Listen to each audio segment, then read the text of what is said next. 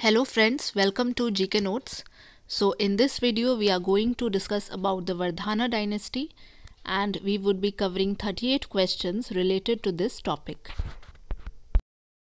Before starting, I would like to say that please do share, like and subscribe my channel GK Notes. Please GK Notes को subscribe करें, दोस्तों के साथ share करें और इस वीडियो को लाइक करें and press the bell icon ताकि आपको नोटिफिकेशंस मिलता रहे whenever new video comes. And one more thing, now you can also join GK Notes on Telegram and the link is given in the description box. अब आप GK Notes को Telegram पर भी join कर सकते हैं, उसका लिंक इस वीडियो के डिस्क्रिप्शन में है और कमेंट सेक्शन में भी है. वहाँ से जाएं, टेलीग्राम पर ज्वाइन करें, वहाँ पे आपको सारे नोटिफिकेशंस मिलते रहेंगे. एंड एंशिएंट हिस्ट्री के जितने भी प्रीवियस वीडियोज़ हैं उनका लिंक इस वीडियो के डिस्क्रिप्शन में है and it has also been pinned in the comment section, तो वहाँ से जाके आप सारे प्रीवियस वीडियोज़ देख सकते हैं. Now coming to question number 1, where was the Pushyabhuti or Vardhana dynasty founded? So the answer is the Pushyabhuti or Vardhana dynasty was founded at Thaneswar in Karnal district Haryana towards the beginning of the 6th century. तो पुष्यभूति या वर्धान dynasty कहाँ स्थापित हुआ और कब? तो जो Pushyabhuti dynasty था वो थानेश्वर में स्थापित हुआ जो कि करनाल ज़िले में है हरियाणा के, और बिगिनिंग ऑफ 6th सेंचुरी में ये स्थापित हुआ. Question number 2, who founded the Pushyabhuti or Vardhana dynasty? The answer is Pushyabhuti. जो पुष्यभूति डायनेस्टी या वर्धाना डायनेस्टी था उसके संस्थापक कौन थे? तो इसका आंसर है उसके संस्थापक पुष्यभूति थे. Question number 3, who was the first important ruler of the Pushyabhuti or Vardhana dynasty? So the answer is the first important ruler of the Pushyabhuti or the Vardhana dynasty was Prabhakar Vardhan and from 580 AD to 605 AD. तो पुष्यभूति या वर्धाना dynasty के पहले important ruler कौन थे? तो जो पहले सबसे इम्पॉर्टेंट रूलर थे वो प्रभाकर वर्धन को माना जाता है और एक किस समय में थे? 580 से 605 एडी के बीच में. Now question number 4, who succeeded Prabhakar Vardhan? So the answer is his eldest son Rajyavardhan succeeded Prabhakar Vardhan. Prabhakar Vardhan के बाद कौन आया? तो प्रभाकर वर्धन के बाद उनका बेटा, जो सबसे एल्डेस्ट बेटा था, सबसे बड़ा बेटा था राज्यवर्धन, वो आया. Question number 5, who was the sister of Rajyavardhan? The answer is Rajyashri. Rajyavardhan की बहन का क्या नाम था? तो राज्यवर्धन की बहन का नाम राज्यश्री था. Question number 6, who murdered Rajashree's husband Grahvarman? So the answer is Grahvarman was the Mokhari ruler of Kannauj and husband of Rajashree, and he was murdered by Devgupt, ruler of Malwa, who in alliance with Shashank, ruler of Gaur or northwestern Bengal, occupied Kannauj and imprisoned Rajashree. Rajshree के husband Grahavarman को किसने मारा? तो ग्रहवर्मन जो थे वो मौखारी ruler थे कन्नौज के और वो राजश्री के हस्बैंड थे एंड उनको देवगुप्त ने मारा. देवगुप्त कौन था? वो रूलर था मालवा का. देवगुप्त ने अलायंस किया शशांक के साथ और शशांक जो था वो गौड़ का रूलर था नॉर्थ वेस्टर्न बंगाल का. तो देवगुप्त ने अलायंस किया शशांक के साथ और दोनों ने मिलकर कन्नौज पे कब्जा किया और राजश्री को बंदी बना लिया. Question number 7, who killed Devgupt, the ruler of Malwa? So the answer is Devgupt was killed by Rajyavardhan. Devagupta जो कि मालवा का रूलर था उसे किसने मारा? तो देवगुप्त को राज्यवर्धन ने मारा. Question number 8, who killed Rajyavardhan? So the answer is Shashank in 606 AD. Rajyavardhan को किसने मारा? तो राज्यवर्धन को शशांक ने मारा 606 AD में. Question number 9, what happened to Rajashri? Rajshree escaped into the forest of central India. तो राजश्री का क्या हुआ? तो राजश्री जो है वो सेंट्रल इंडिया के जंगलों में भाग गई. Question number 10, who ascended the throne after Rajyavardhan was killed? So the answer is after Rajyavardhan was killed in 606 AD, his younger brother Harshvardhan ascended the throne. Rajvardhan की मृत्यु के बाद कौन राजा बना? तो राज्यवर्धन की मृत्यु के बाद उसका छोटा भाई हर्षवर्धन राजा बना 606 AD में. Question number 11, what was Harshvardhan also known as? So the answer is Harshvardhan was also known as Shiladitya. Harshvardhan को और क्या कहते थे? तो हर्षवर्धन को शिलादित्य भी कहते थे। Question number 12, when did the Harsha era start? So Harsha era started in 606 AD। Harsha era कब से स्टार्ट हुआ? तो माना जाता है हर्षा एरा 606 AD से स्टार्ट हुआ जब हर्षवर्धन राजा बना। Question number 13, what did Harshvardhan first do after ascending the throne? So the answer is, after ascending the throne, Harshvardhan firstly rescued his sister Rajashri from the Vindhyan forest where she was going to throw herself into the fire. तो ये question पूछता है कि हर्षवर्धन जब राजा बना तो उसने सबसे पहले कौन सा कार्य किया? तो सबसे पहले हर्षवर्धन ने अपने सिस्टर राजश्री को रेस्क्यू किया, उसे बचाया विंध्य के जंगलों से। और वो जब उसे बचाने गया तो वो आग में कूदने जा रही थी और हर्षवर्धन ने उसे बचा लिया। Question number 14, who drove out Shashank from Kannauj? So the answer is Harshvardhan, and Shashank had occupied Kannauj after killing of Rajyavardhan. Shashank को कन्नौज से किसने भगाया? तो राज्यवर्धन को मारने के बाद शशांक ने कन्नौज पर कब्जा कर लिया था और हर्षवर्धन जब राजा बना तो उसने शशांक को कन्नौज से भगाया। Question number 15, what was the new capital of Harshvardhan? So the answer is Kannauj. Harshvardhan unified Kannauj with Thaneswar and made it his new capital. Harshvardhan की नई राजधानी कौन सी थी? तो हर्षवर्धन की नई राजधानी कन्नौज थी। हर्षवर्धन ने कन्नौज और थानेश्वर को एक साथ मिला के एक कैपिटल बनाया और वही उसकी नई राजधानी थी। Question number 16, when did Harshavardhan conquer Magadha? So the answer is, after the death of Shashank in 637 AD, Harshavardhan conquered Magadha and Shashank's empire. Harshavardhan ने Magadha. Question number 15, what was the new capital of Harshavardhan? The answer is Kannauj. Harshavardhan unified Kannauj with Thaneshwar and made it his new capital. So Harshavardhan की नई राजधानी कौन सी थी? तो हर्षवर्धन ने थानेश्वर को कन्नौज में मिला के एक न्यू कैपिटल बनाया और हर्षवर्धन की नई राजधानी कन्नौज थी। Question number 16, when did Harshavardhan conquer Magadha? So the answer is, after the death of Shashank in 637 AD, Harshavardhan conquered Magadha and Shashank's empire. Harshavardhan ने मगध पर कब विजय प्राप्त किया? तो शशांक की मृत्यु के बाद हर्षवर्धन ने मगध पर विजय प्राप्त किया 637 AD में। Question number 17, which Maitraka ruler did Harshvardhan defeat? So the answer is Dhruvasena II, the Maitraka ruler of Valabhi. Later Harsha reinstated Dhruvasena II and gave his daughter in marriage to Dhruvasena II। तो वो कौन सा मैत्रक रूलर था जिसे हर्षवर्धन ने हराया?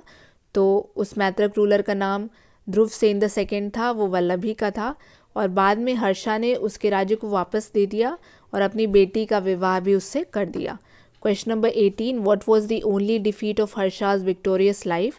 सो the answer is, Pulakeshin II of Chalukya dynasty of Vatapi or Badami inflicted a decisive defeat on him at the bank of Narmada.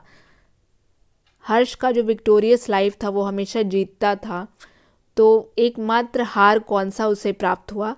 तो एकमात्र हार उसे पुलकेशिन II द्वारा प्राप्त हुआ। पुलकेशिन II कौन सी डायनेस्टी का था? तो वो चालुक्य डायनेस्टी का था, वातापी के या वादामी के। एंड उसने हर्षवर्धन को हराया नर्मदा नदी के तट पर। Question number 19, which records describe Harsha as the lord of whole of northern country? So the answer is, the Chalukya records describe Harsha as the lord of whole of northern country और सकलोत्तर पथेश्वर। तो वो कौन सा रिकॉर्ड है जो हर्षा को डिस्क्राइब करता है as the lord of whole of northern country या सकलोत्तर पथेश्वर? तो इसका आंसर है Chalukya records. And question number 20, what did the Chalukya records describe Harsha as? So the answer is Sakalottara Patheshwar or the lord of whole of northern country. तो Chalukya records ने हर्षा को कैसे describe किया? तो चालुक्य रिकॉर्ड्स ने हर्षा को सकलोत्तर पथेश्वर के रूप में डिस्क्राइब किया। Question number 21, what was the name of the Chinese emperor to whom Harshvardhan sent an envoy? So the answer is Tai Sung, and Tai Sung was the Tang emperor of China. तो वो Chinese emperor का नाम बताइए जिसके यहाँ हर्षवर्धन ने एक दूत को भेजा। तो उस चाइनीज़ एम्परर का नाम था ताई सुंग, जो कि टैंग एम्परर था चाइना का। Question number 22. With which country Harsha maintained diplomatic relations? So the answer is China. वो कौन सा देश था जिसके साथ हर्षवर्धन ने डिप्लोमेटिक रिलेशंस मेंटेन किया? तो वो चाइना था. Question number 23. Which Chinese pilgrim visited India during Harshvardhan's reign? So the answer is Yuan Sang, and Yuan Sang spent about 8 years, that is from 635 AD to 643 AD in the dominions of Harsha. तो वो कौन सा Chinese Pilgrim था जो हर्षवर्धन के राज्य में आया? तो उस चाइनीज़ पिलग्रिम का नाम था ह्यूएन सैंग, और वो 8 साल व्यतीत किया हर्ष के राज्य में, 635 AD से लेके 643 AD तक. Question number 24. What was the two most celebrated events of Harsha's reign which was mentioned by Yuan Sang? So the answer is the Kannauj Assembly and the Prayag Assembly. तो इस question में पूछ रहा है कि दो सबसे सेलिब्रेटेड इवेंट कौन सा था हर्षवर्धन के राज्य का, तो जो जिसे ह्यूएन सैंग ने भी मेंशन किया है. तो जो दो सबसे सेलिब्रेटेड इवेंट था वो कन्नौज असेंबली था और प्रयाग असेंबली था, और इसके बारे में ह्यूएन सैंग ने भी बताया है.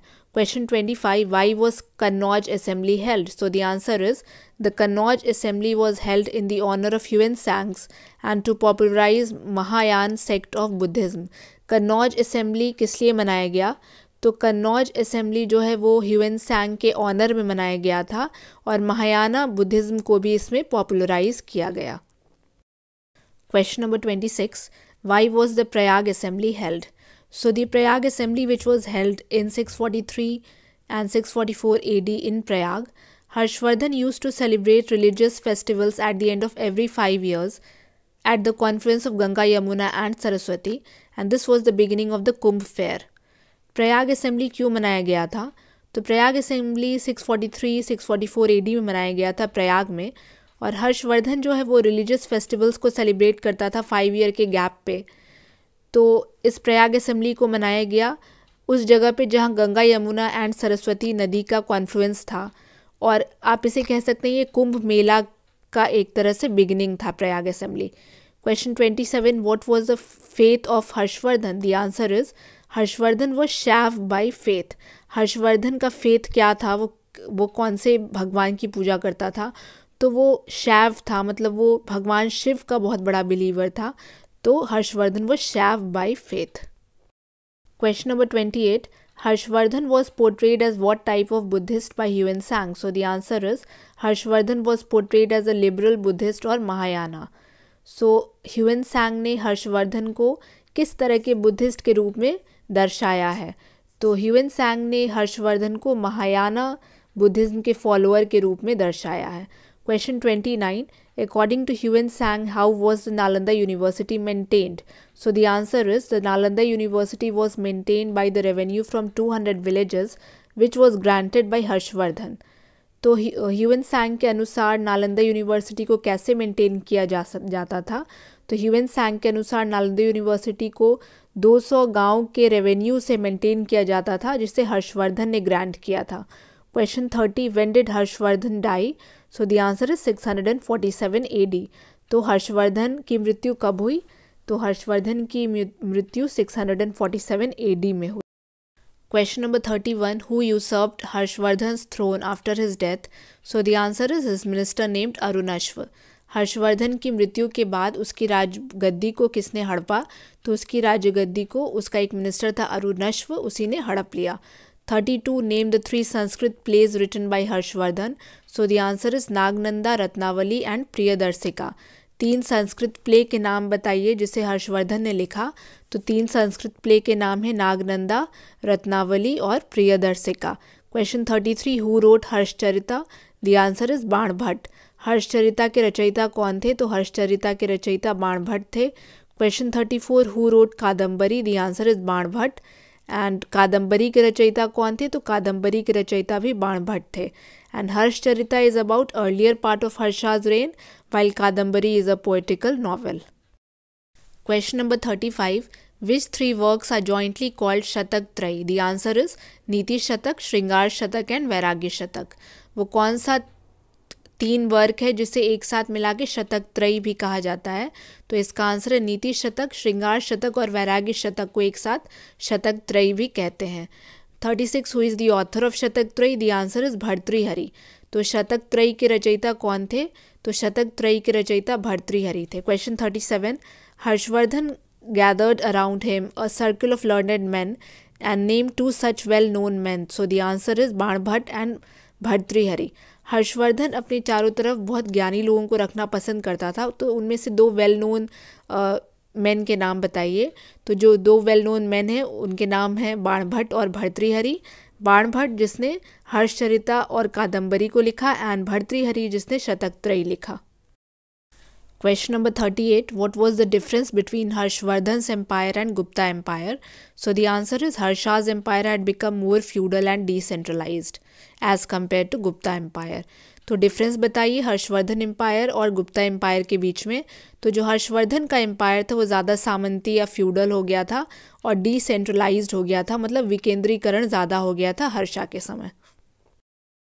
Thank you so much for watching this video, and if you like it, then please do share, like and subscribe my channel GK Notes. Thank you.